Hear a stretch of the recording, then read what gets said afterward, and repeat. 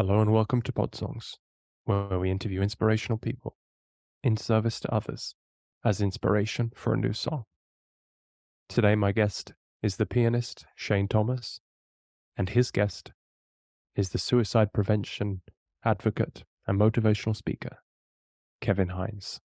Hello, Shane. How you doing? Oh, it's so good to be back. Great to see you again, mate. Really looking forward to this one. Yeah?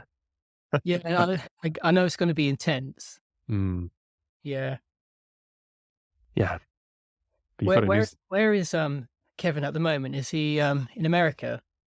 I don't know. Yeah, I presume so. But Okay. he does travel a lot, so could be anywhere.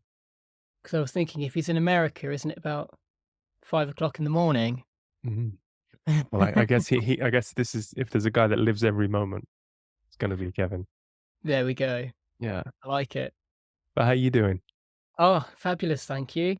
Yeah. Actually, on Wednesday, I just gave a piano recital. I did it at a hospital nearby.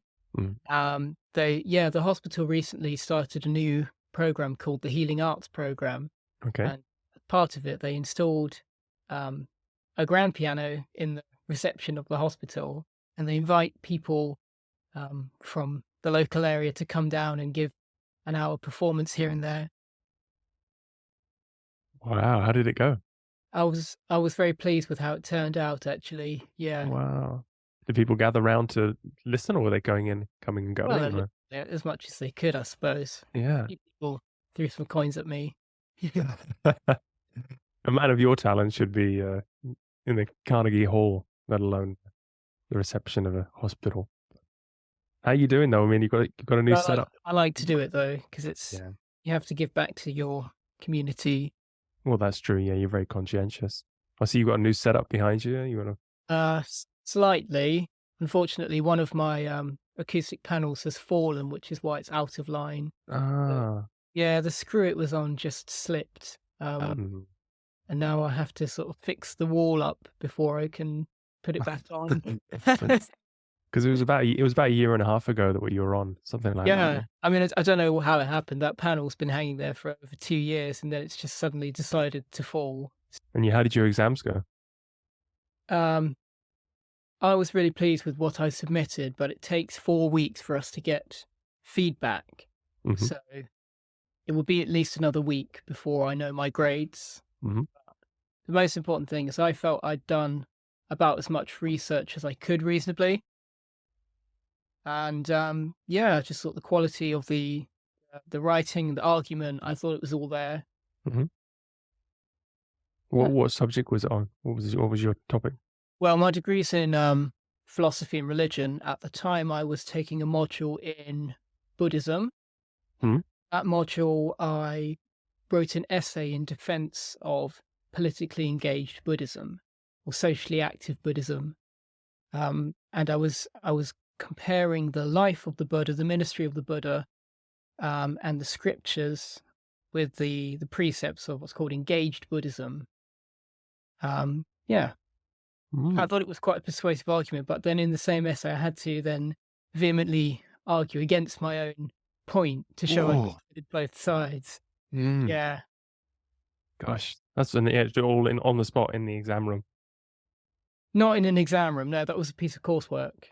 Oh, that's easy. I didn't Yeah, yeah. actually know if for some of my modules there are written exams, but they're not till May or June. Okay. Brings back memories of when my school days.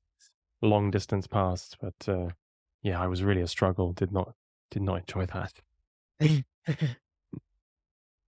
So why did you pick Kevin though? For because of all the people to interview, what suicide prevention and Well, there's multiple reasons, Jack. Partly it's there's always personal reasons behind these choices.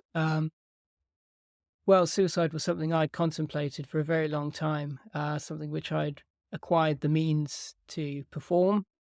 Um, and so, I've kind of been at a low point myself.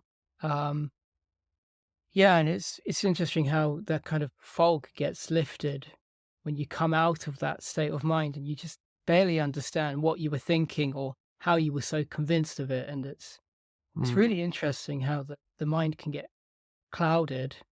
yeah, yeah. Because I was watching some of his videos, and he really is a dynamo now. He's going all around the world, and he talks about when he was on the bridge, this voice screaming in his head that he had to jump, and it's Yeah, very I powerful. Yeah. think it's the voice. Yeah, we'll get into it when he's here, but I think the voice was saying over and over and over again, "I need to die." Mm, And yeah. I could still, yeah, I'm going to talk with him about that Yeah. in Get into a it. Yeah. moment. Yeah, Uh, but it's like the psyche had almost reached an impasse, and it was just mm, a thought loop. You just couldn't get past this thought, "I need to yeah. die." But it's Wow. interesting how it was when he actually hit the water, um, or as he was falling, I suppose, that half a second after he jumped, he realized, "Wow, I immediately regret this. This is not what I really believed. Mm, God help me." mm, He did. It's interesting how these difficult times in people's lives sometimes are catalysts for transformation. And if you look at him now, you couldn't you'd never be able to predict where he'd come from. mm. I mean, I heard like 800,000 people a year. It's like commit suicide or something like that. It's a pandemic, no? But and those are the only people who actually do it. I mean, if thinking about it and still is like, I mean, I've never, I haven't gone that far myself. I've been depressed, but I haven't ever, contemplated ending it all. So, but many people do, and and friends, we all know somebody via who's been affected, and Yeah, I had quite a good friend of mine who was there for the last term of university. I was going into the second year. During the summer holidays, he jumped off a bridge in Brighton, and that was the last of him. Right. So, like, first thing we do is we come back to the start of a new academic year, and our friend is gone. It's so Someone heavy. missing. Yeah. Well, I'm sure there's lots of people going to get so much from this episode because that's the great thing now. The show's evolved into this. Before I just used to interview people, and when I don't have an affinity to the subject, Mm. it's because he's been interviewed by many people. I mean, he's been interviewed by Larry King and so many different different. Oh yeah, he's been in the media a lot as well, Yeah, yeah. even But to this day. he's usually interviewed by people, not someone like yourself who has affinity for it. Not he's usually just another reporter. So That's Mm. what's that's what really is. I'll make sure to stay in the background on this one. Okay. Let you. And I really kind of want to get into the psychology and to some extent the philosophy Mm, that underpins such a mind state. yeah, Because yeah, and how does he think it comes about? How does he intend to prevent this? Like he's been on so many he's been a board member of so many um foundations, associations in the suicide prevention field. Um, mm, and he's had amazing testimonials yeah, from people who say he's a brilliant, eye-opening, motivational speaker. I mm, think for me, like just the images of him and how happy and how strong and how yeah. alive he is. I mean, he's quite buff actually from the pictures I saw. Really, he looks like a firefighter or something. Oh yeah, he looks ripped. Yeah. Ripped, yeah. Mm. No, but you did such a good job on the last episode with Yasmin Mohammed. You really also got into the psyche of. I mean, that's not a subject that I thought you would have any affinity for either, or be any good at having a conversation about because you're not an Islamic woman. Mm. But, that was a great episode as well, so and the song, of course, was amazing, People of the Garden, that was fantastic. That was such an emotional piece, but I I think mean, you yeah. The For me, the best part of it was writing the piece of music, and the pinnacle of it all was just when Yasmin tweeted how that had really made her day and yeah, oh, put yeah, her at ease. There's nothing more I can aspire to yeah, aspire yeah, to you my music. because you make music and it touches people, but they're never involved in the creation, but to think that they have some part in it is really next level. Mhm. Yeah. But for this song, for this episode, I mean, you're gonna have to surpass yourself because that's gonna be operatic, It's deep subject matter. Yeah. Yeah. No, this is gonna be a tough one. Um, You gonna go major or minor? Yeah. ah, dear. Because Kevin, yeah, I'm just joking, but Kevin is upbeat. So if you take his energy, it's super positive. So maybe you have to do both, for beginning and the before and after. I think you do, yeah. Yeah, yeah, There's always a narrative in a good piece of exactly. music anyway, so Yeah. So how do you come about? How do you? out of the depths in the piece of music. Mm, so how will you go about composing it? How do you? When do you usually get your inspiration? Um, in in quiet moments, I think. Hmm. Um, either when I'm just introspecting or sometimes when I'm on a walk, Hmm. especially in nature, then the world is really quite silent and peaceful, and things just spring up from the mind. I find you don't really have to be so active. It's almost, I don't know, it's almost like that thing in the gospel where it says, "Ask and it shall be given." You just you make an entreatment, and somehow it's psyche responds to it, or God responds to it, and there it is. Yeah. Well, you're obviously very receptive to it. Answers. Those. Yeah. Those frequencies. You're picking them up. You're a really good antenna for. Or some people have good antenna for ideas, or even business decisions, or anything in life. But your musical antenna is very attuned. Thank you. Yeah. Yeah, it's the same for me in the morning, first thing, usually. Like, you wake up, you're in that kind of half sleep state. That's kind of another good time to get any messages, because this chattering mind, which causes all our problems, as I'm sure we'll get into, it shuts up. Fair enough. Yeah. Yeah, I normally wake up on the wrong side of the bed, and it's You stumble out into the forest to try and get some peace. uh, honestly, like until I've been awake for a few hours, I'm just not really there. I'm not really very happy. I'm a bit irritable. I'm a bit Ah, unwilling okay. to, yeah, it's a lot of inertia. You just want to stay in bed, don't you? Some of us, anyway. Yeah. No, actually, last thing at night, as I'm falling asleep, it's a pain for me because I have all these amazing, profound thoughts and ideas that pop into mind, and I just have to write them down. Hello. Hi, Hey, Kevin. Kevin. Hey, how are you? Oh, I'm amazing. It's amazing to have you here. Thank you so much. I appreciate it. How have you been? I'm How's doing life well. treating you? Doing well. Great. Thank you. Fabulous. Just Thanks gonna so much turn for that. taking the time to join us. Of course, you bet. Whereabouts are you in the world? I'm currently in Los Angeles, but I reside in Atlanta. So it's not very early for you. It's very, very late. Yeah. Exactly. What time is It's it? a little early. It's 6 o'clock, but I wake up at 5:30 every day. Okay. Wow, dedication, discipline. Yeah. Okay. Well, where should we start? Do you want to give us a little bit about your story, Kevin? Sure, you bet. Um, so I was born in abject poverty. Mm. Uh, my birth parents, I'm adopted. After they had me and my brother, tragically they succumbed to drugs and alcohol. And they would eventually both die in a tragic way because of drugs and alcohol, because of mental illness. My brother and I would be placed in foster care. He then died in foster care. Uh, we both got bronchitis and he passed away.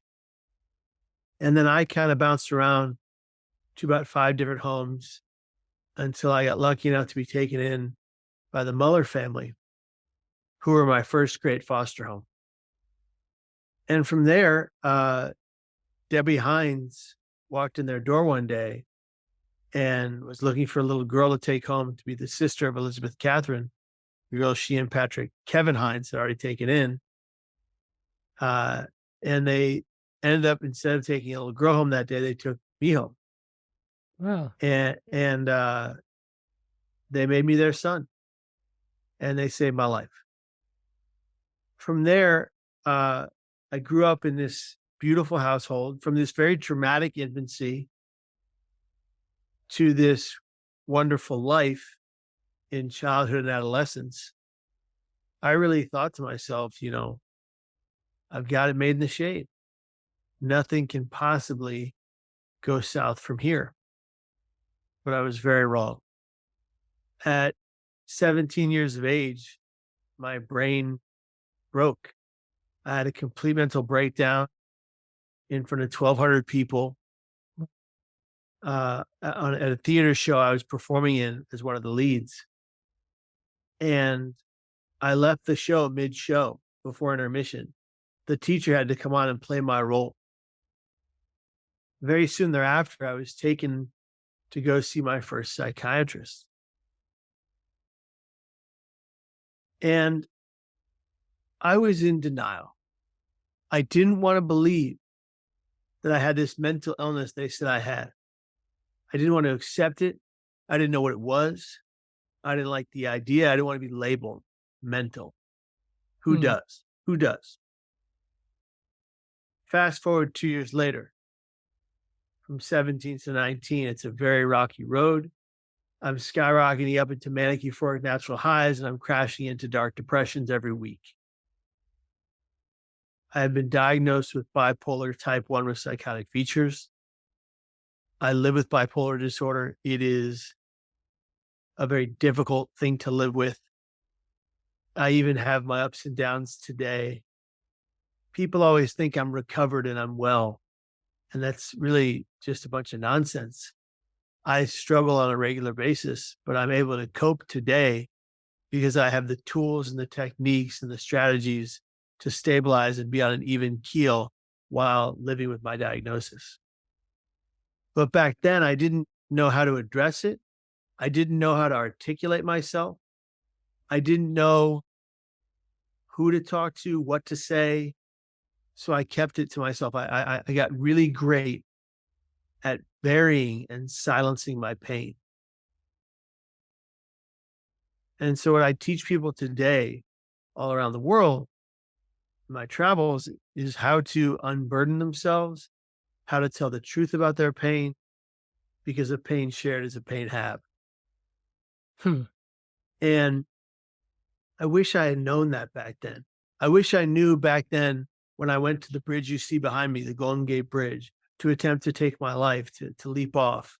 I wish I knew that my thoughts didn't have to become my actions. My thoughts don't have to become my actions. They can simply be my thoughts. They don't have to rule, define, or own what I do next. And if they don't have to become my actions, I never have to attempt or die in the first place by suicide. I wish I knew that, but I didn't. And at 19, in desperate pain, in complete despair, I did what I did. And I attempted to take my life in a way that is 99.9% fatal. 99.9% of the people who've done what I did never again get to tell their stories. They're gone. Out of all the people that have lived, I read that only 36 have ever survived. And that's out of a tremendous number. Yeah. Today, the number has grown to about 41. I just spoke on the phone with the latest survivor. He's doing well. He's going to make a full recovery, and I believe he's going to walk again. Fantastic. Yeah. Because, of course, when you jumped, the first thing that went was your legs. Well, when I jumped, I shattered my T12, L1, L2 lower vertebrae into shards. I missed severing my spinal cord by 2 millimeters. I didn't lose the ability to walk. I just had to go from a wheelchair to a walker and a back brace to a back brace and a cane while in the hospital. So it was a process getting I back see. on my feet. But as you were trying to swim, were you able to use your legs? I couldn't feel them, but they were working. Feel them, but they were working. Cool. Wow, that's an amazing story you've left behind, Kevin. Must be. Is that hard for you to tell to this day? No, when I'm doing well mentally, it's not hard for me to tell that story. You know, Okay, when I'm having a hard day, sure. But right now is a good day. good. Yeah. Glad to hear it. Wow, no, I would have never guessed that you still struggled with bipolar to this day. Yeah, I most honestly, people most people don't know that. You know, they see the happy yeah, face and they see the positivity I express, but when I create media for brain health and for mental well-being, which is kind of this new path I've taken. We're creating media for all kinds of channels, obviously, just like everybody else, but we're also working on larger projects in film and television, my wife and I and our team. Um, and we want to create media that matters, media that gives back, media that helps people find hope, healing, and recovery from their struggles. Um, we formed a production company, and we are creating content everywhere uh, for to inspire people to be here tomorrow, to stay, to fight, to live, to help, let them know that their life is worth living, that they do matter, that they are important, and they're important to us. And a lot of these people are like, why are we important to you? You don't even know us. We're like, because you're human and so are we. That's all we need, you know. So it's been quite a journey. And in the 23 years I've been doing this work, hundreds of thousands of people have said this work helped save their life, that my words help save their life. And I don't own that. I'm no lifesaver. I give a message. I'm a conduit. And they go home and do the work and they save and change their own lives. And it's incredible. And so we want to keep continuing to scale that media and create it to make change and to save lives. yeah, it's amazing. Actually, I discovered your name through watching The Bridge. Oh wow. Yeah, and I watched that about I would say 3 years ago, Okay. when I was in a bad place myself and was having similar considerations. Um, yeah, and I kind of watched The Bridge with the intention of making myself feel worse, actually. And Wow. I came when, but by the time it came to Ken Baldwin's interview and to your section in the film, um, I realized what I was contemplating was utterly wrong. Wow. Wow. And See. what I had to do is I had to place myself in your shoes based on what you'd told. How in the split second after you jumped, you went to reach for the barrier, but it was too late. And these Yeah. enormous weight of regret that swept over you. It was an instantaneous regret for my actions and the absolute recognition that I just made the greatest mistake of my life and it was likely too late. And actually, I think it was Ken Baldwin who said in it when he was in that same moment, he realized everything he thought was unfixable was completely fixable. Yeah. Yeah. Now, you two Well, actually met, didn't you? yeah, we did. We did a couple of media appearances together. He's a wonderful man. Mm. Mhm. Could you explain how this how the bipolar disorder was affecting your thinking at the time? Because I think Absolutely. it's such a complex condition to live with, and of course you also had the psychotic features as well. Yeah. Bipolar depression is is it's a myriad of ups and downs. You skyrocket into manic euphoric natural highs. But obviously once you go up, you must come down. So you come crashing down into this dark abyss of depression and pain. a darkness so great you can feel nothing else. You feel only pain and only strife and only struggle. And you come to a place where you begin to believe you are useless and worthless and have no value. And it's a very hard and difficult place to be, and it's extremely stress ridden. With my particular type of bipolar depression, I have psychotic features. So I have uh, bipolar disorder, type 1 with psychotic features, which means that I also deal with severe hallucinations, auditory and visual, seeing and hearing things that nobody else can see or hear. And I also deal with paranoid delusions where I believe other people are out to get me, trying to hurt me and trying to kill me on a regular basis. Um, Another one of my symptoms is heart palpitations. I'll feel like I'm having or believe I'm having a heart attack when in fact I'm just having a heart palpitation.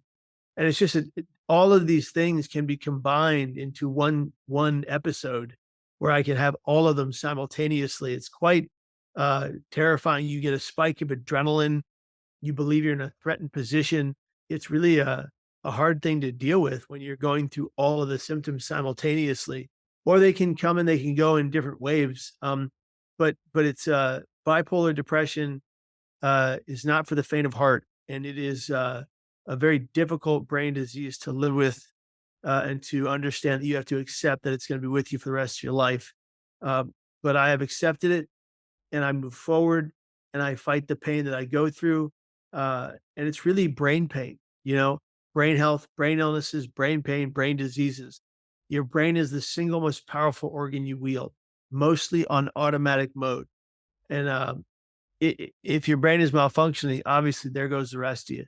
So I live with this disease, but you know what? Here's the bottom line. I also look at it not just as a curse, but as part of a blessing. I get to have bipolar disorder. Why do I get to have it? Because I'm alive. I exist, therefore I am. And so I appreciate the bipolar and don't just think of it as a curse. I think of it also as a gift. It's one of the things that has made me the most creative person I could possibly um, uh, talk about. I write poetry. I sketch. Uh, I paint. Um, I have created clay figures. I do so much in the arts, and all of that I believe comes from my boundless creativity, which I have to say is part of the bipolar. That when you get to a manic state of being, the reason people with bipolar enjoy their mania is because when it gets to the highest of levels, you're so euphoric, you're so happy, you're so elated, you think nothing can take you down. The problem lies when you get so high, you begin to believe these grandiose delusions, things that aren't possible could be true. For example, when I was in the height of my bipolar mania, at 17, I petitioned around my neighborhood to be the president of the United States. And Wow. people just shut their doors in my face like that's not going to happen. You're not even old enough. And this is pretty ridiculous. I thought it to be a potential reality, but it was ridiculous. It was just so silly. And uh in the height of other bipolar manic episodes that I've had, it's been very difficult to come back down, because you can get stuck up there. And there was a period of my life living with this diagnosis that I got stuck in the bipolar mania for the better part of 2 years. Now, when you have bipolar mania for 2 years or longer, you are actually damaging your brain's frontal lobe. The doctors ended up saying I have akin to brain damage, because I was living in a manic state of mind for 2 years, and I could not bring myself back down. The medication I was taking was not bringing me back to a level playing field. It is an extremely dangerous place to be. I'm very lucky I got past that. I've read some research which I can't remember details too much, but it suggested that if you're in either a manic or in a depressed state for too long, um, the brain no longer interprets the world through its ordinary lens, and it Right. begins to get how to understand the world through normative logic, through normal lines of reasoning. That's absolutely correct. I mean, when I was going through that heightened mania for 2 years, there were times I could not talk, walk, breathe properly. I could not sleep. I could not eat. It was a vicious cycle. Uh, and and and I was just stuck in this place of abnormality. And I was and when I came down, when I crashed, it was monumentous. I can imagine, man. Yeah. From that experience alone, which was just 3 years ago, I'm so lucky to be where I am right now with a healed brain, a healed mind. I once again, I'm not healed as in I don't have bipolar, but I'm in the sense that I came down from that mania is what I'm speaking on. Uh, I still live in recovery every day, like one would live in recovery from substance use disorder. I fight to be here every day. I work hard with my brain health. I exercise. I eat healthy foods. I educate myself. I do so many things to balance my brain health, and I want to teach that to the world, which is why, on my YouTube channel, I have a playlist called Mental Health Hacks. It's it's 35 different things anyone can do to balance their brain.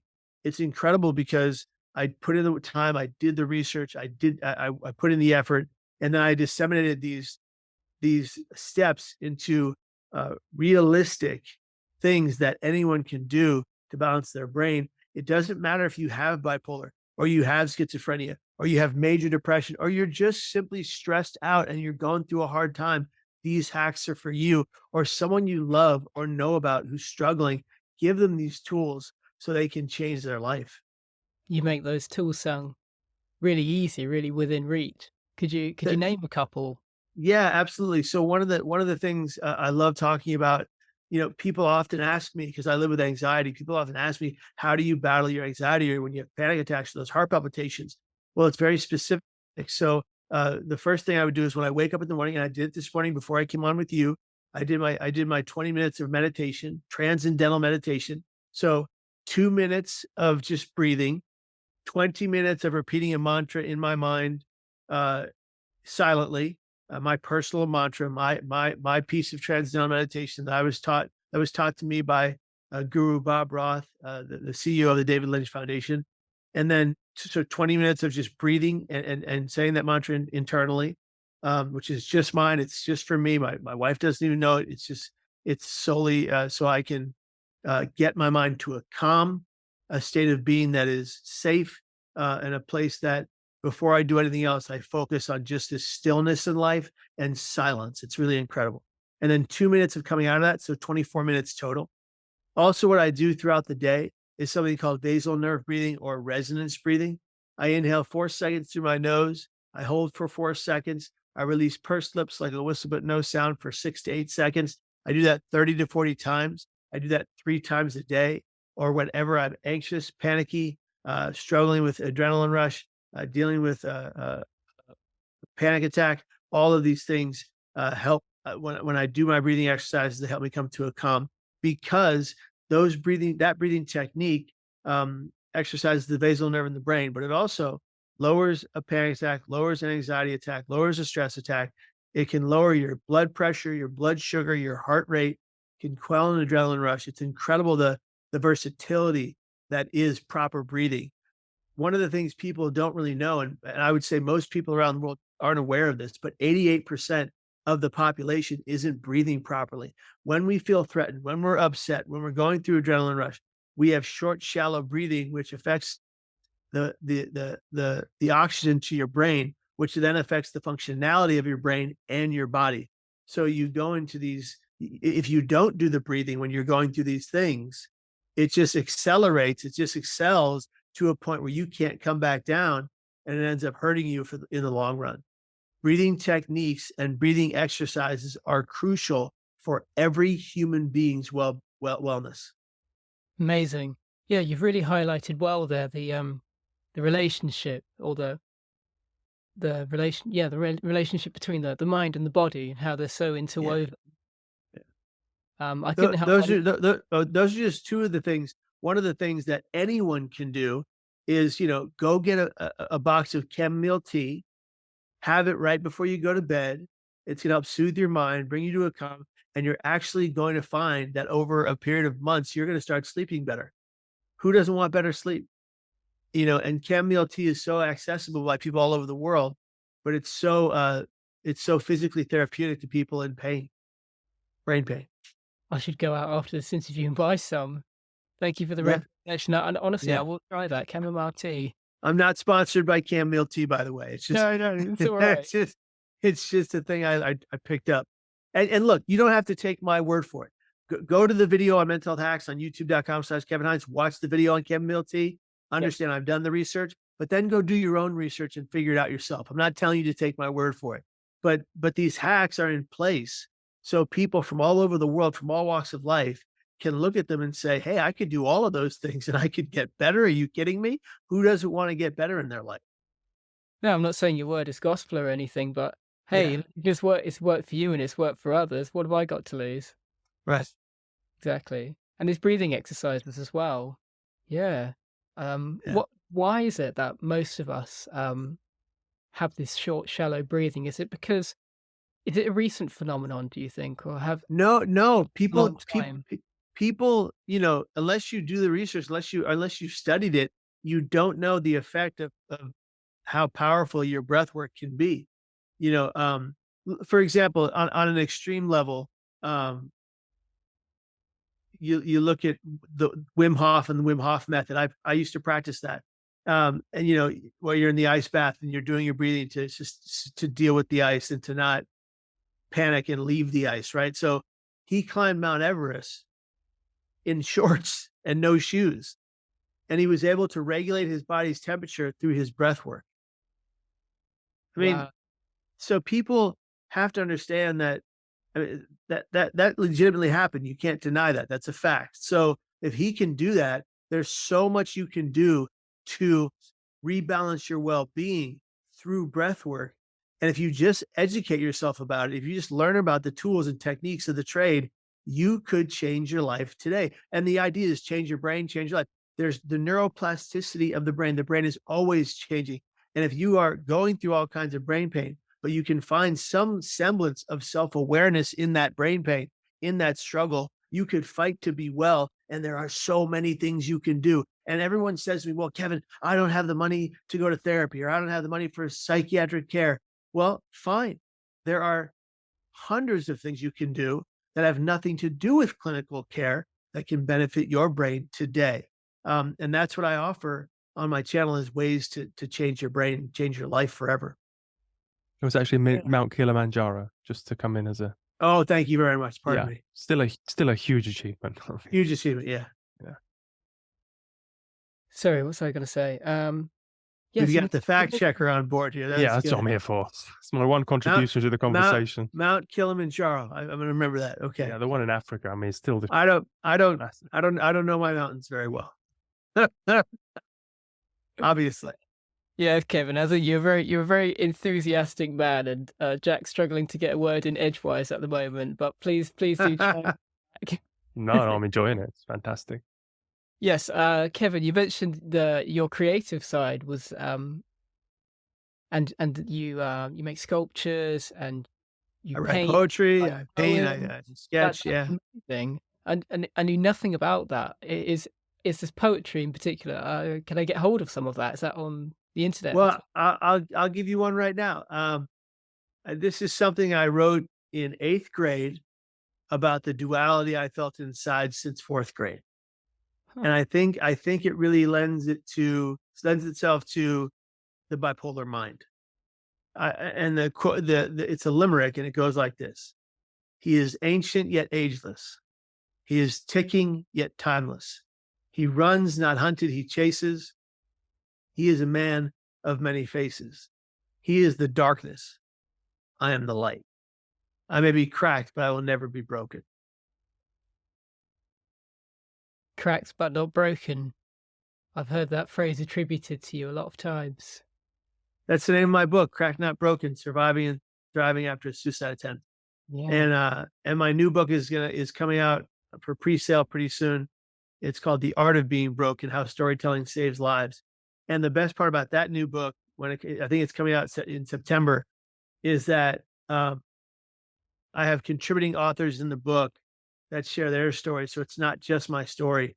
It's stories of individuals from all walks of life who are sharing their journeys of struggle and tragedy to triumph to success. And it's going to move mountains because we have everyone include their steps to wellness, and they're all so vastly different, and they're all clarified and very laid out very well, and people who read them and follow them are going to change their lives. Absolutely, 100%. I think your poem there was really amazing because you had these paradoxes and these dualities, and that wow, that really captures the inner strife. Yeah, I think that belongs to the human condition in general. Um, yeah, I think that even though it's very difficult for ordinary people to imagine what it must be like to have bipolar or many of these psychiatric conditions, but I think it's all actually much nearer and dearer to us. I think we all yeah, struggle with that paradox of who am I and what am I and what am I yeah, not? Or yeah, how do we reconcile our inner malice with our inner goodwill without seeing these as two split off entities? yeah, yeah. And how do we find an even keel and a balance? How do we stay within the four corners of the box? You know, What's the box? well, it's a thing that my dad kind of coined back when I was really struggling a lot with bipolar, and it's a way we can all look at bipolar depression. Is that is that there are the highs and there are the lows and there are the in betweens, right? And this is where you want to be. You want to be on an even keel, right in the middle. But if you look at the four corners of the box, right? So right here, here's the box. Yeah. Look at the four corners of the box. You don't want to go too high. You don't want to come too low. You want to stay right in the middle on an even line. And and my father would always say, he would come to my room and he would say, "Okay, Kevin, where are you in the box today?" And if I was self-aware enough, I would tell him that I'm way up here, I'm way down here. And he would kind of help guide me back to a middle ground. Um, and it became something I would live by as I grew older. Because if I could stay within the four corners, I could stay safe, I could stay sane, and I could stay well. And it wouldn't always be like that. But if I could always bring myself back to that center, back to that moment of peace and tranquility, I was in a good place. Great. But that must have been the last thing you wanted to hear when you were in this prolonged manic state for 2 years, you said, um, Yeah. to come back down to normalcy. Well, Well, how did you do it? to be fair, the mania had become so out of control, I was out of control, and it wasn't a pleasant place to be. When you get to that lower mania, you're happy, you're elated, you're flying high, you have grandiose delusions, but then when you get up there, when you're flying so high, you can't even see straight, you're hurting the people around you, you're hurting yourself, your body is damaged, your sleep is deprived, you're just in immeasurable pain.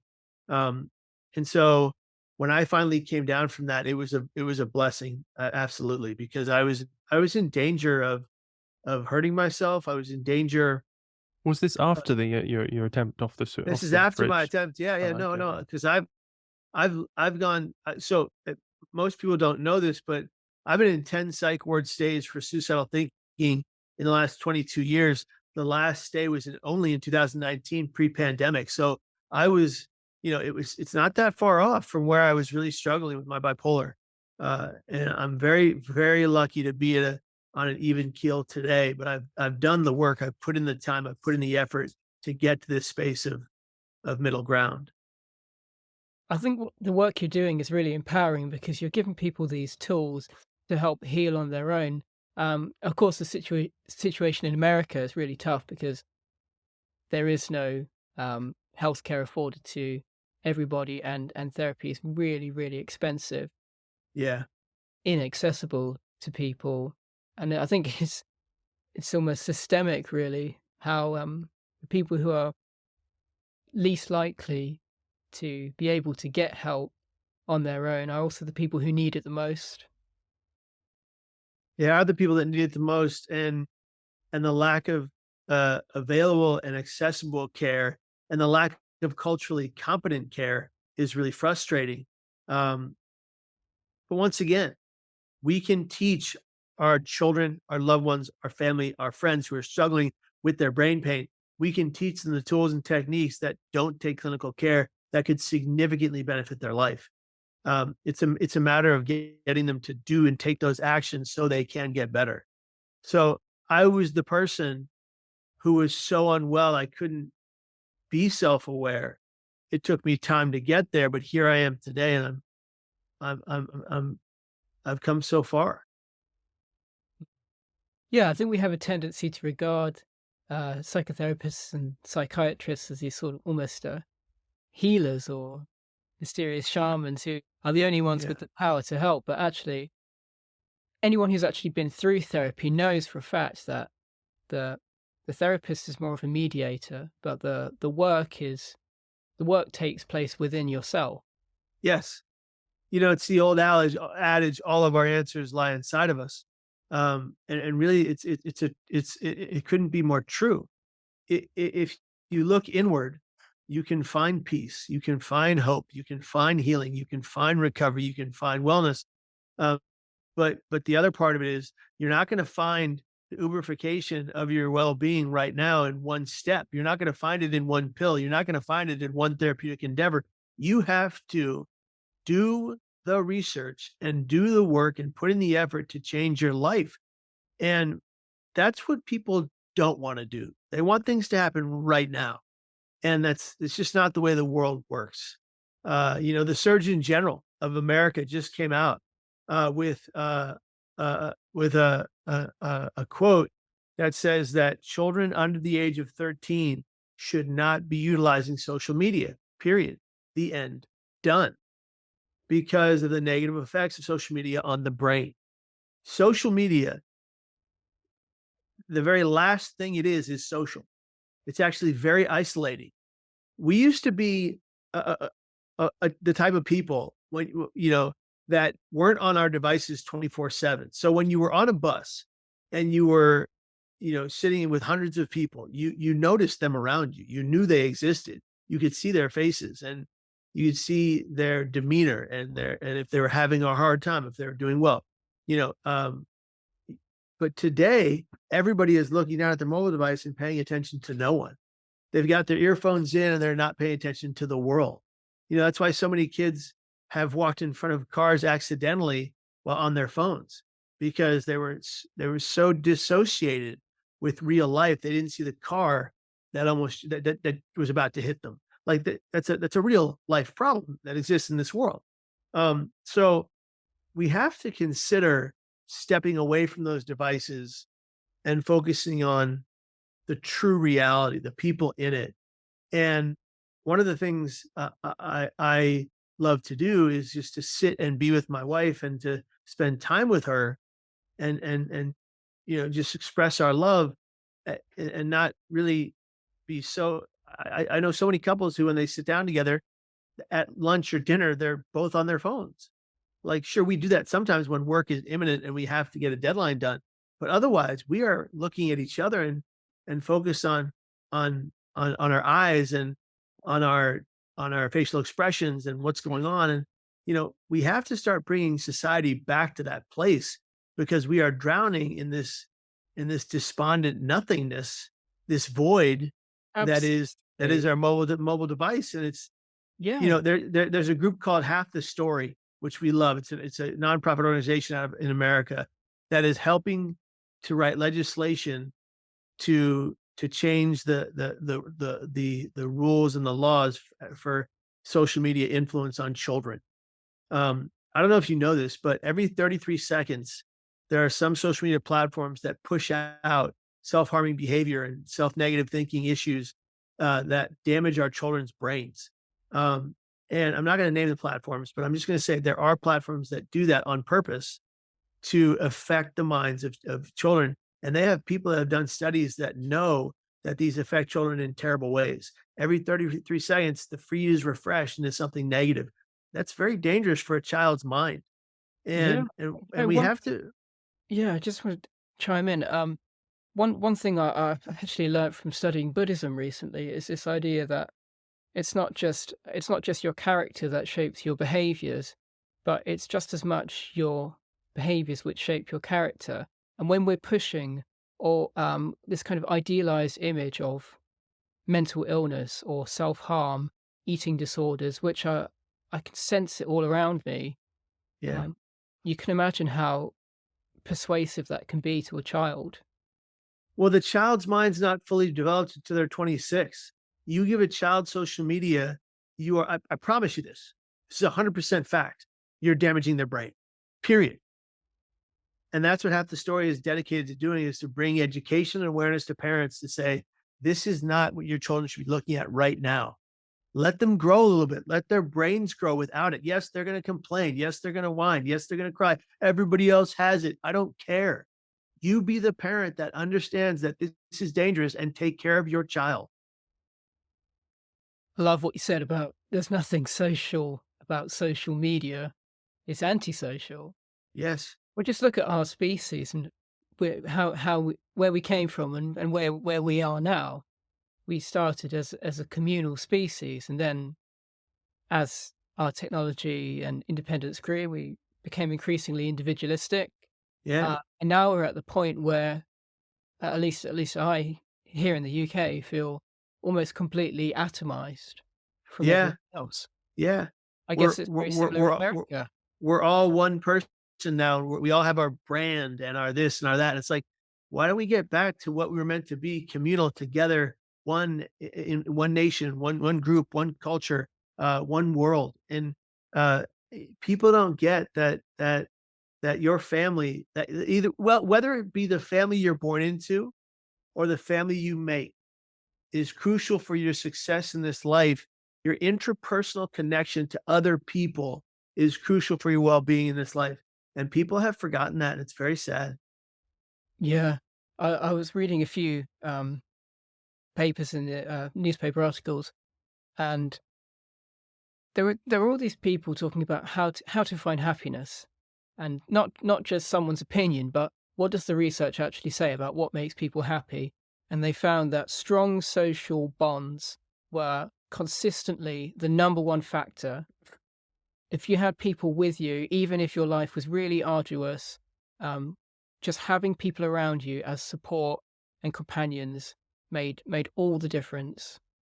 Exactly. I mean, there's a great story about how if you're hanging from a cliff and you're about to fall, you can hang on something like 5 times longer if someone is there rooting you on to come back to the other ledge, to the other side, to the safe side. If someone is there who's got your back and cares about you, you can hang on longer than if they're not, because you feel isolated and alone if they're not. And so it's really important that we reach out to people. If we're the ones that are doing well and we're the ones that are sane and hopeful, we need to reach out to people who may not be and say, "Hey, I got your back. I'm here for you, whatever you need. I'm never going to judge what you say. If you happen to ever come to the thoughts of taking your life, I'm going to be here for you. You can reach out to me." Make yourself that type of person for the people you love, because we need to start having the conversation on suicide prevention at the breakfast, lunch, and dinner table. We need to start having the conversation and saying, I want you to know that I'm here for you. I don't judge you. I only empathize. And if you're in pain, you can always talk to me. That's an incredible thing to be for someone who's going through a real deep struggle. It's not going to be easy. It's going to be painful, but you can do that if you're doing well, and you can be that voice of reason, that steward of change for people in brain pain. I think it opens up a new a new conversation about honesty. How can you, I think you said that you weren't being honest with yourself. You were in denial that you were developing bipolar disorder, and you just didn't want to hear it. You weren't going to accept it. I didn't want to hear when I was first diagnosed. I didn't like the idea. And I thought it made me flawed. I Mm. thought it made, not that I already wasn't, but I thought it made me less than. And I didn't like the term mental illness and mental health, because I didn't want to be labeled mental for the rest of my life. And I still don't. I prefer the term brain health. You know, y- you What know, did you fear would happen if you did tell your family or tell your friends or someone? Well, I mean, my family brought me to care, so they knew I needed help. They knew I had the diagnosis, so that wasn't the issue. But I didn't want to tell them the severity of my symptoms, the hallucinations, the paranoid delusions, the manias, the depressions, how severe they were, the heart palpitations, because I feared they would lock me up in a white walled padded room and throw away the key. My only understanding of a psychiatric unit at the time was from the film One Flew Over the Cuckoo's Nest, which is terrifying, and the film Terminator 2, which is where he goes in the psych ward and takes out all those people. And I was like, I don't want to be in either of those places. So I just kept it to myself. I silenced my pain. And that's the one thing I want to leave your audience with is it, it, it, if you are going to learn one thing from me today and one thing alone, let it be this. Never again silence your pain, because your pain is valid. Your pain is worthy of my time and others, and your pain matters simply because you do. When we silence our pain, when we bury our struggles, they only bubble and fester and grow until they burst in things like rage, aggression, violence, substance use disorder, eating disorders, suicidal thoughts, ideals, or actions. And I've dealt with all those. But I'm here today. And I'm here today to say, don't learn the hard way like I did. Learn from me and stay right here. Be here tomorrow and every day after that, because you are valued, you are loved, you are worthy, and you do matter. Be here tomorrow, and you matter just by virtue of being human. We have a 1 in 400 trillion of a chance to exist in this world. To be born into this world, you have a 1 in 400 trillion of a chance. You are supposed to be here until your natural end, never to die by your hands. None of us are meant to take our lives. We fought so hard to get here in the first place. Just be. That's a really powerful way of putting it, man. Wow, thank you. I had some more questions for you. So you were taking some medications, I hear, to control your epilepsy at one point. Yeah. When you came off those, that your problems really started. Yeah. Was it actually the medications which had caused anything? Were they responsible in any way?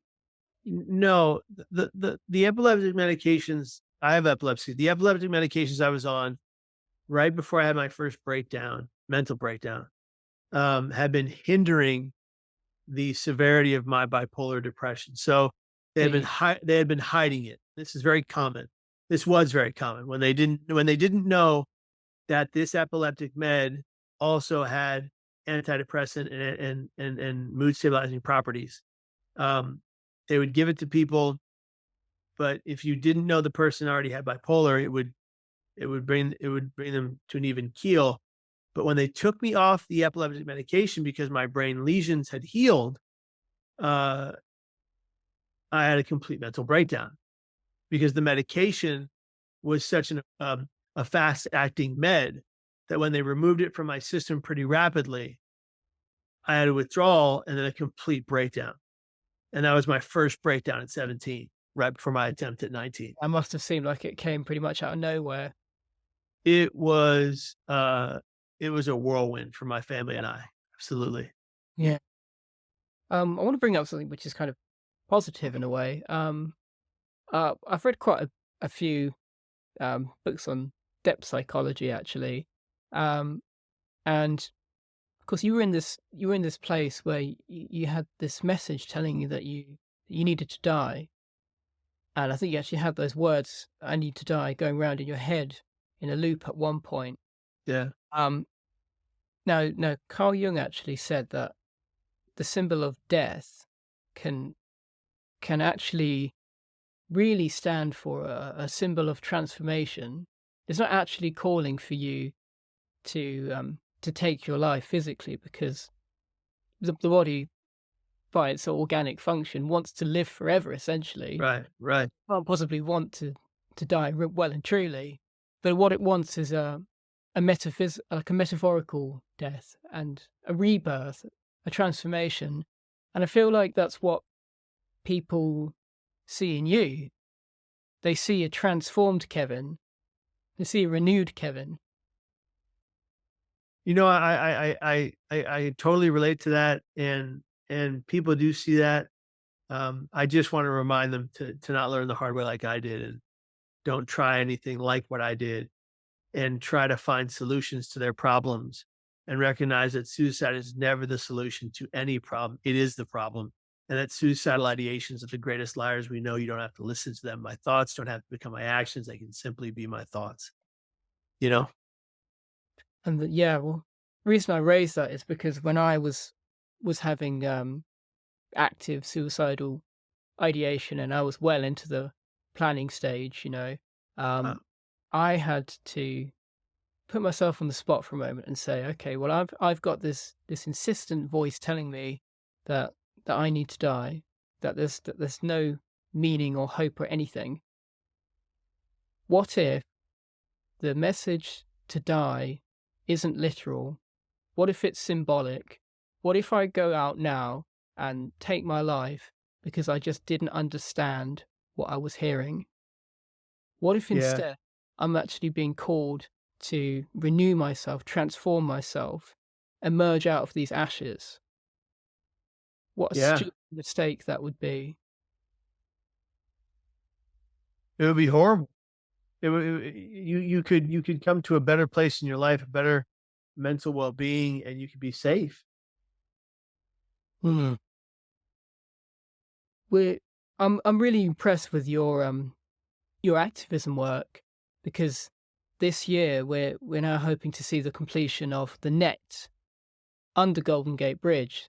That's Yeah. already away, and Yeah, we I was there when I was invited to a talk. I think Margaret was there, discussing the net.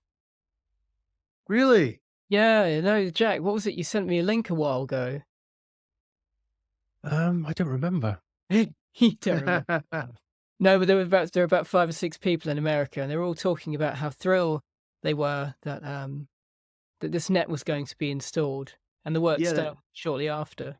the net is being installed right now to be done by the end of this year. We Yeah. worked really hard. A big group of people worked really hard to make that happen. Can you imagine just how many lives that one move is gonna save this year? It's gonna be incredible, and it's gonna be a beacon for suicide prevention around the world, the largest, brightest, most powerful beacon for suicide prevention around the world. Fabulous.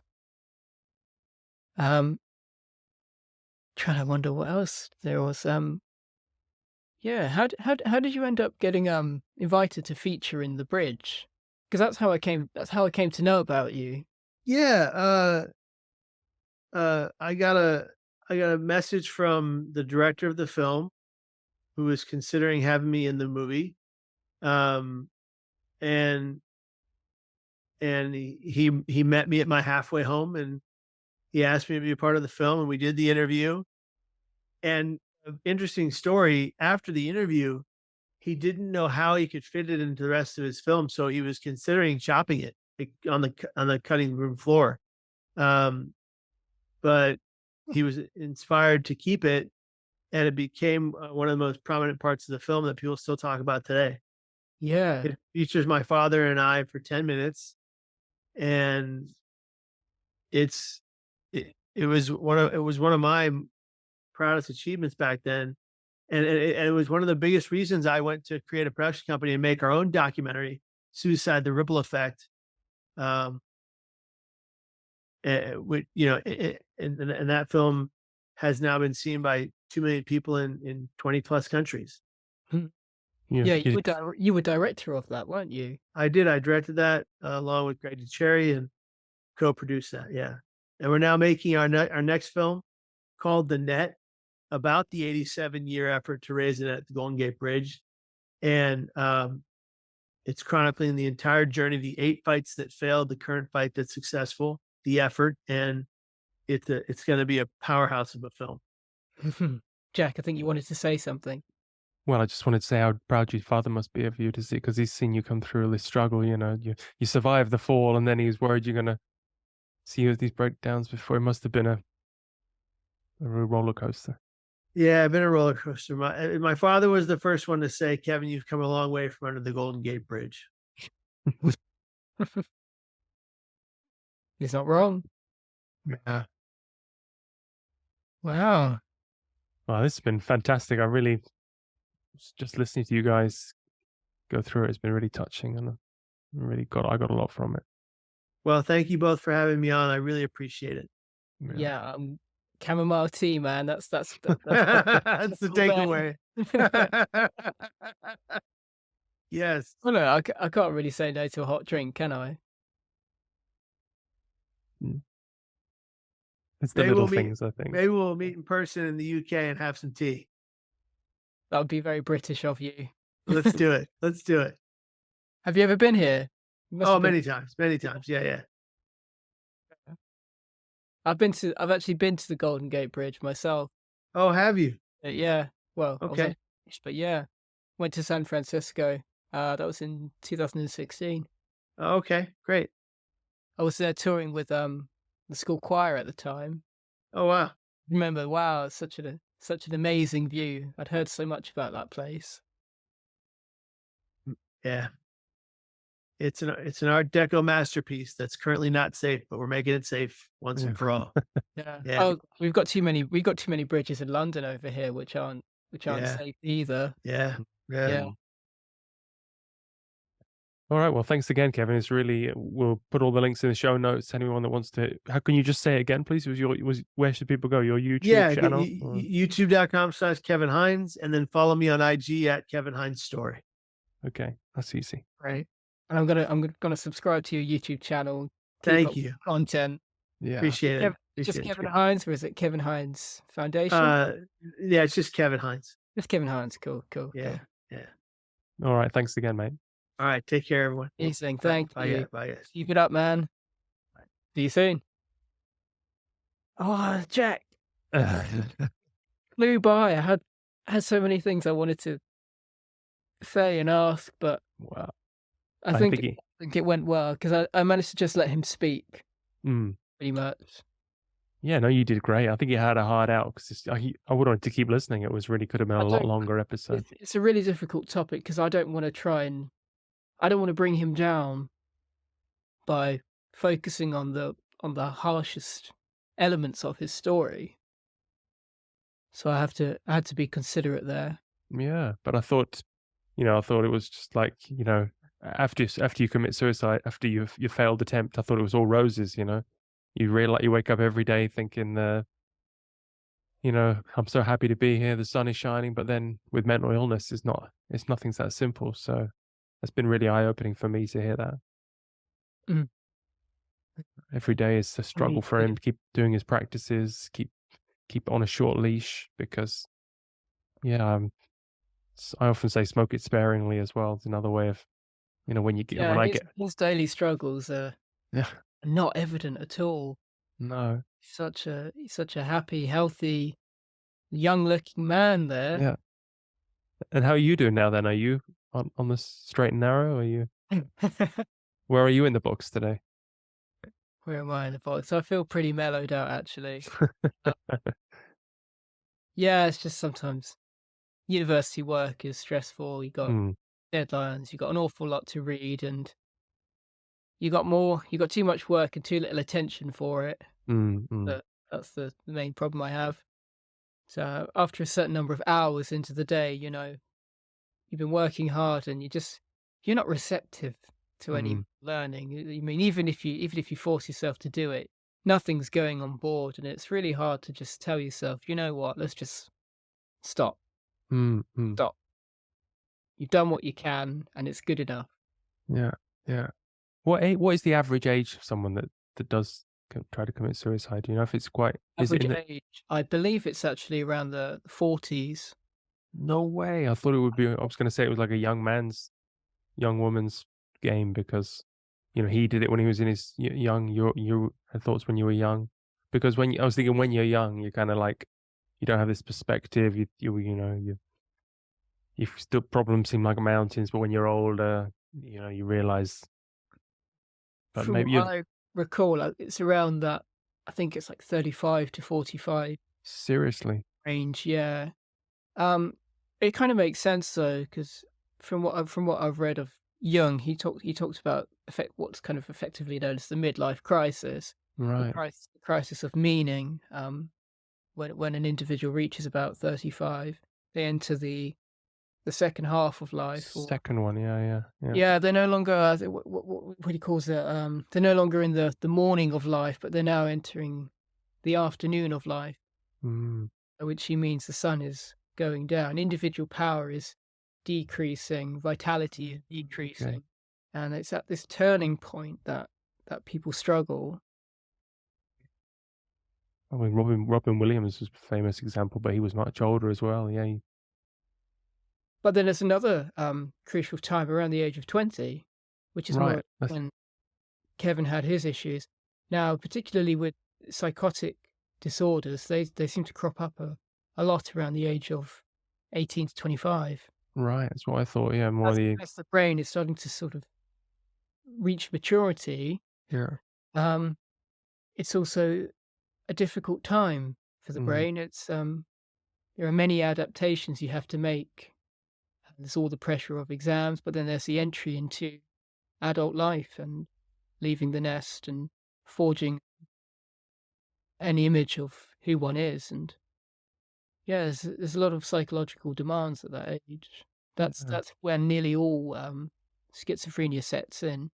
Really, Yeah, I got a lot it from can what you were happen to saying. children, and it can happen to older adults, but it's normally the transition from adolescence into adulthood when it surfaces. Yeah, that really makes sense. Whenever you're going through a change like that, you have to reframe. You know what the voices are saying. I got a lot from what you said about that. About how you interpret the voices, and that's such the benefit of philosophy as well as psychology. Psychology, really knowing your place in the world and what you're here for. And this therapy from meaning. I Yes, really, you have to think for a second. Well, I read a few books on psychology at the time, and I was still contemplating suicide. Um, but then it just dawned upon me that don't forget what you've learned. The unconscious is a poet. The unconscious doesn't speak in the same literal language of science. If it's telling you to die or something, mm, it can mean something quite different. So yeah, then you go and explore symbols of death. And you find all sorts of crazy things like people used to keep skulls in a cabinet, and then have memento mori. Remember that you're mortal. Remember that you will die. yeah, yeah. Almost as an ironic object to keep, like a very strange kind of black humor. Mm, You know, yeah. um, stuff like that. So something can seem so obvious. Mm. No, there's an obvious interpretation right in front of you, but it's not the right one. But isn't it maybe the thing that's so difficult is because it's the mind. You've used the mind, your intellect, to operate on yourself. To operate on your own mind. I've had therapy as well though. Yeah. I I've had at least 2 years of therapy, probably Oh, close to okay. 3. Right. In reality, working through firstly working through the split in myself, Mhm. which is when I interpret it as my ego became increasingly cut off from my shadow, and it reached a critical point where I no longer identified as a single person, but thought that there was me and there was this demon that was imitating me. It was, but I didn't believe it was the real me Mm. because it had all of these violent and suicidal impulses, this terribly critical lens through which the world was interpreted, where nothing was meaningful, nothing was lasting. I think the one of the saddest and bleakest parts of it all was the idea that there was actually no such thing as love. Uh, Imagine being told love is a social construct, things like that, and Yeah. genuinely believing them, and how just take one of those beliefs. Love is love. Love isn't real. all love is illusory. There's just biological drives. Biomechanical, yeah. It's biomechanically explained. There is really no altruism. People just people get help as high, and it does Yeah. more for themselves than they're attempting to do to you. Wow, that's dynamite, yeah, yeah. Yeah, that's world shattering, and I believed that. But you can that's a thought, yeah, you can rationalize your way to that's how people rationalize their way to murder or other people or themselves, yeah. Yeah. Yeah, Wow. I don't want to get too much into No. my story. I mean, that's a No, but, this is, your story self. your story can help other people. That's why people listen to podcasts. That's why, people listen to someone else's story is because, it echoes and, so it's Now, very brave of you to talk about it as well because, you know I didn't know what Kevin's religious stance was um, today. I know that at the time when he was being interviewed for the bridge, so this is probably 2005. He said that when he hit the water, he he could hardly swim, and he at the time he thought he could only use his arms. Um, but underneath him, I think he said there was a seal. Yes, some sea lion or Yeah, something like that. Yeah. yeah, sea lion. That's it. And he thought that was a sign from God that Mm. God protected him. And I found that very powerful. Yeah. You can say, "Oh, well, that's just a chance event," or you can read into it a bit more, Mm. which which maybe he has, because he seems to have extracted this principle that everyone, kind of just by virtue of being human, has intrinsic dignity, has an intrinsic purpose, a life to be lived. Mm. And I guess like one way you can reach that point of view is by analyzing what's happened there with the sea lion and say, well, God has protected me. God wants me to be. There's a life which I need to live out. There's a myth which I need to live out. And I'm not done yet, Yeah. because you're not done yet. Yeah.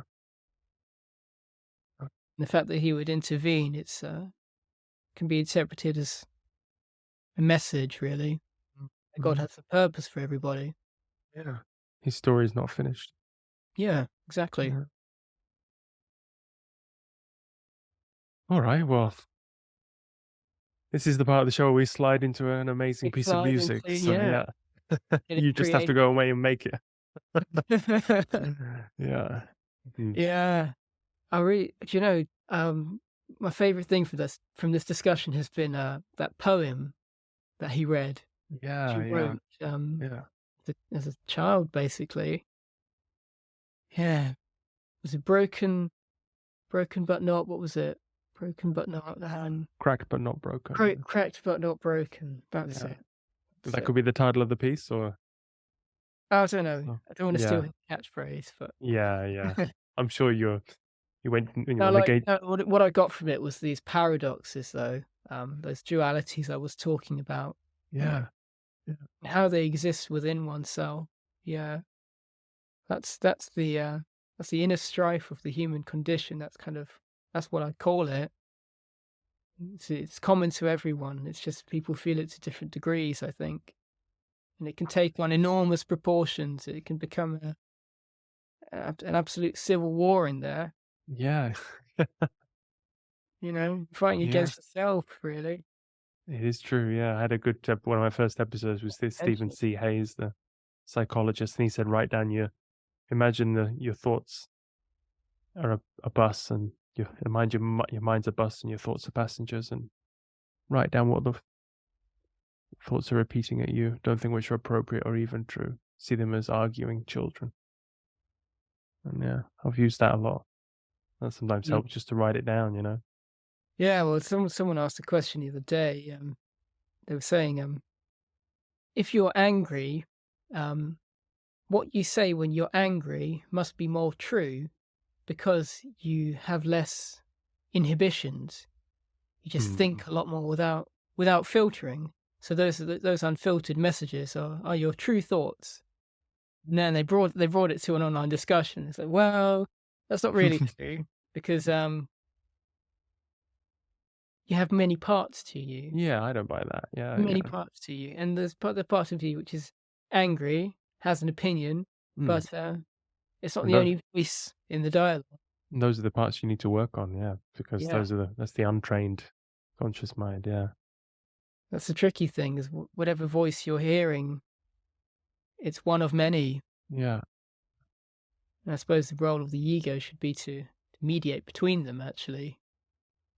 that makes real sense, yeah, because 'cause we're all this conflicting voices inside, yeah. Yeah, I think Nietzsche said that man is the only animal which is as of yet not understood, which I really love. Yeah, It's a brilliant phrase, as of yet not understood. Yeah, and I think that's true, though. The human mind has been enigma to people going back thousands of years, go back to St. Augustine, mm, go back even earlier. We just don't understand how it works, and mm, that's our biggest frustration in life, yeah, I think. yeah. Like, what am I and how does this thing work? Why does it hide information from me? Why does it present these stupid images to me at night called dreams? Do they mean anything? Still a problem to be unraveled, yeah. Yeah. Big questions. That's Well, that's all certainly enough to addition. yeah, well, it's certainly enough to make an epic song about. It's gonna be a long piece, I think, because I it's think can that, tie in all this narrative. or it could be a very compact piece. Mm. Condensed, simple. Well, you've heard of the one hit wonder, but I would like to present to you the one note wonder.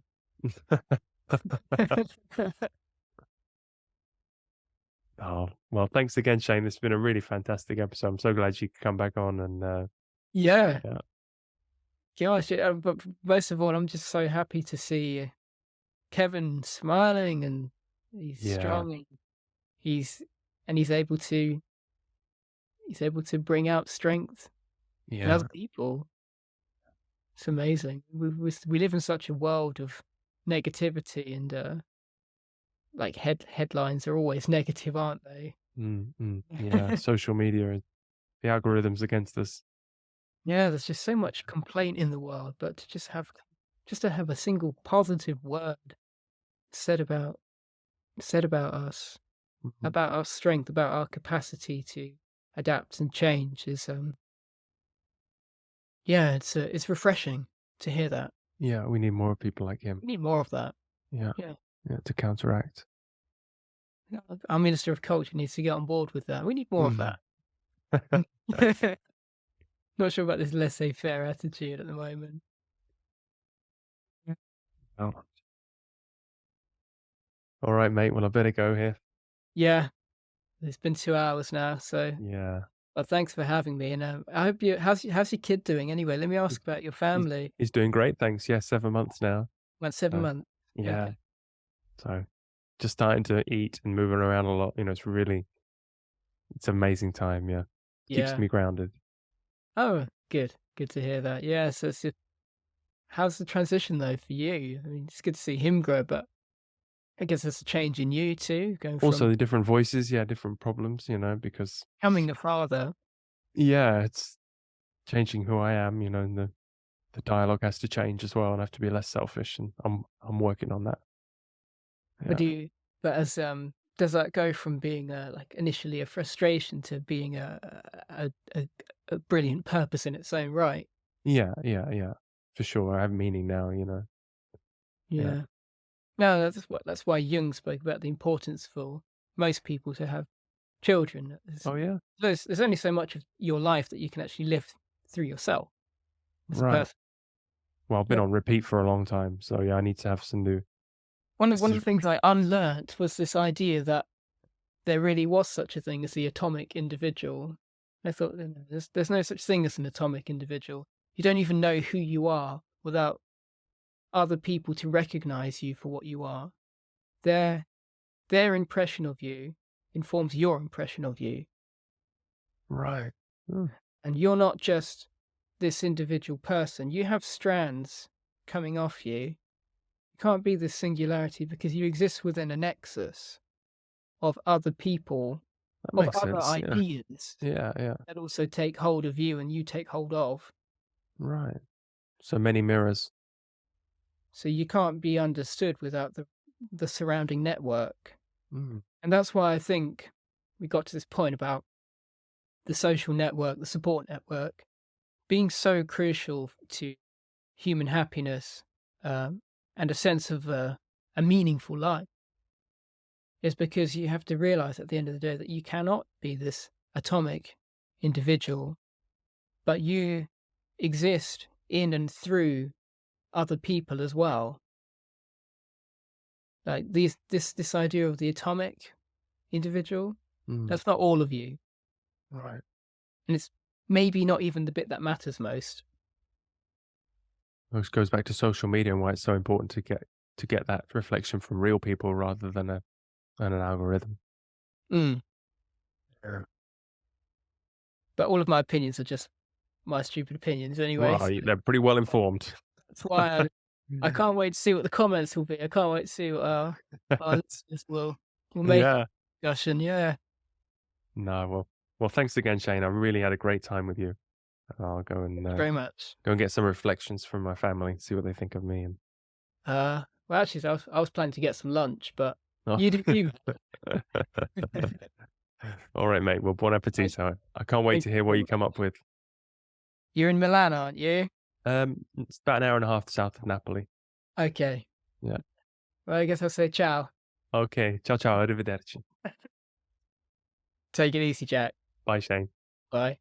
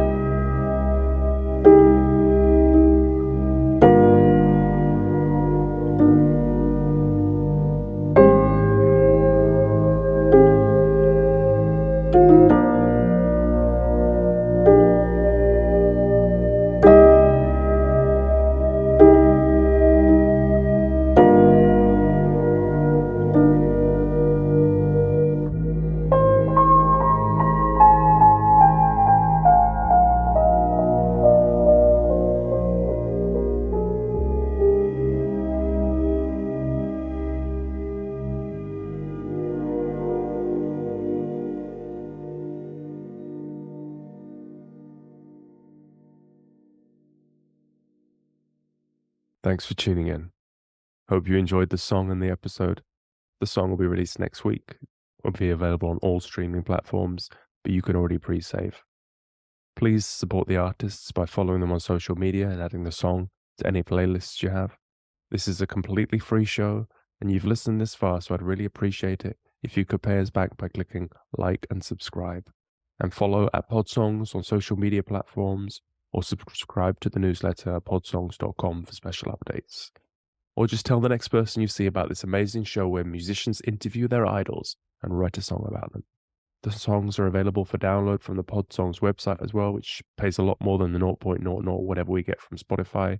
You can also email me at jack@podsongs.com to give feedback, suggest an artist and guest combos you'd like to hear, or just say hello. We're a listener-supported show, and I'd love to hear from you. A final thanks to my researchers, Dori Verbo and Rosa Marino, my producer, Maurizio Sanicola of Goldmine Records, and musicians Massimino Vozza and Luigi Falcione. The next episode will be out soon. In the meantime, you can listen to more amazing episodes in the archives. Until then, have a great day.